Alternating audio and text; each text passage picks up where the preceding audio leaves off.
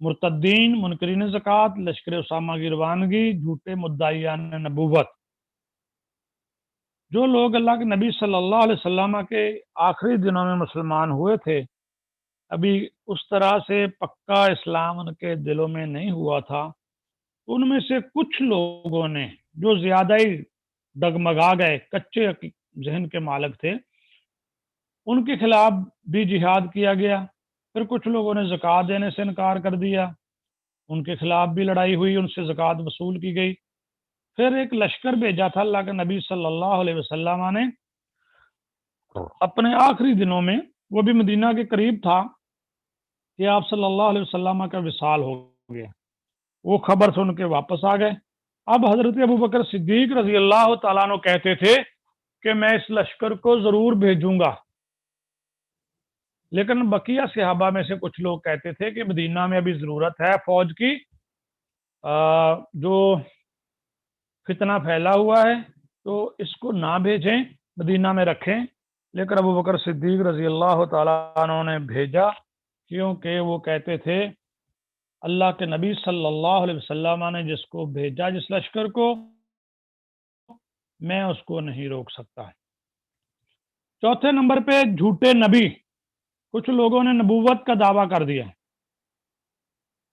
یہ ہمارا جو ایک مسئلہ تھا، پرابلم، مشکل، چیلنج، یہ ہمارا اصل موضوع ہے۔ اس سے جو ہے وہ تدوین قرآن کی طرف بات جائے گی۔ جھوٹے نبیوں میں جو سب سے زیادہ مشہور تھا وہ مسلمہ کذاب تھا۔ اس کے بعد ایک بندے نے جو دعویٰ کیا وہ اسود انسی یا انسی بھی اس کو پڑھ لیتے ہیں۔ تیسرے نمبر پہ طلحہ بن خویلد۔ چوتھے نمبر پہ سجا بنت حارث، یہ عورت تھی، اس نے بھی نبوت کا دعویٰ کر دیا۔ 3 مرد اور 4 عورتیں۔ ان چاروں میں سے جو مسلمہ کذاب ہے، اس سے ہماری بات تدوین قرآن کی طرف لے کے جائیں گے ہم۔ مسلمہ جو تھا، اس نے اللہ کے نبی صلی اللہ علیہ وسلم کے آخری دنوں میں دعویٰ کر دیا تھا۔ کچھ روایات میں آتا ہے اس کی بات بھی ہوئی ایک بار اللہ کے نبی صلی اللہ علیہ وسلم سے، لیکن آپ صلی اللہ علیہ وسلم کو اس کا خاتمہ کرنے کا موقع نہ ملا، آپ کا وصال ہو گیا۔ پھر حضرت ابوبکر صدیق رضی اللہ تعالیٰ عنہ نے اس کی طرف لشکر بھیجا اور اس کے خلاف جنگ ہوئی۔ جنگ کا نام تھا جنگ یمامہ۔ یمامہ اس کے خلاف جنگ لڑی گئی۔ یہ بڑا، اب ہمارا لیکچر 1 آدھ منٹ میں ڈسکنیکٹ ہو جائے گا، پھر کل ہم ادھر سے شروع کریں گے، یہاں پہ ڈسکنیکٹ ہوگا۔ جنگ یمامہ بڑے لمبی جنگ تھی، مہینوں جاری رہی۔ حضرت اس نے بھی بڑی اپنی ایک فوج بنا لی تھی، مسلمہ کذاب نے، کئی مہینوں تک جنگ جاری رہی۔ بالآخر یہ کچھ مہینوں بعد پیچھے ہٹا، پسپا ہوا، اور اس نے اپنے قلعے میں جا کے پناہ لے لی۔ قلعے ان کے بڑے مضبوط تھے۔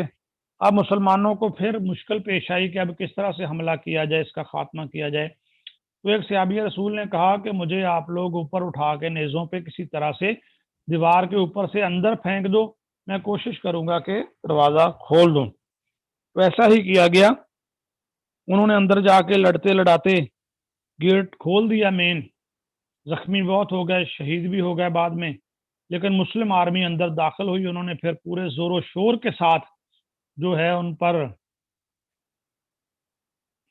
تیسرا نام ہے طلحہ بن خویلد۔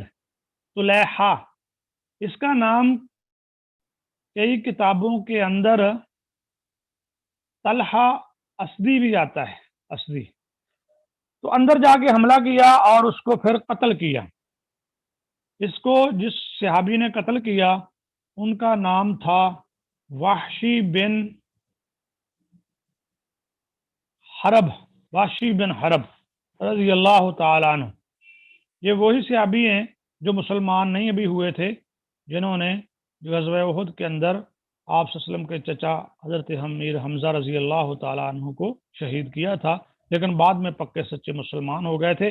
جب انہوں نے مسلمان کو قتل کیا کہتے ہیں میرے دل کو سکون ملا کہ میں نے وہ جو اتنا بڑا ایک کام اللہ کے نبی کے چچا کو شہید کر کے کیا تھا، آج نبی کے دشمن کو قتل کر کے میں نے اس کا بدلہ چکا دیا ہے۔ یہ اس طرح سے مسلمہ کا کذاب جو ہے اس کا خاتمہ ہو گیا۔ سیکنڈ نیم ہے اسود انسی یا انسی، دونوں طرح اس کو پڑھ لیتے ہیں، انسی انسی، اسود انسی انسی۔ تو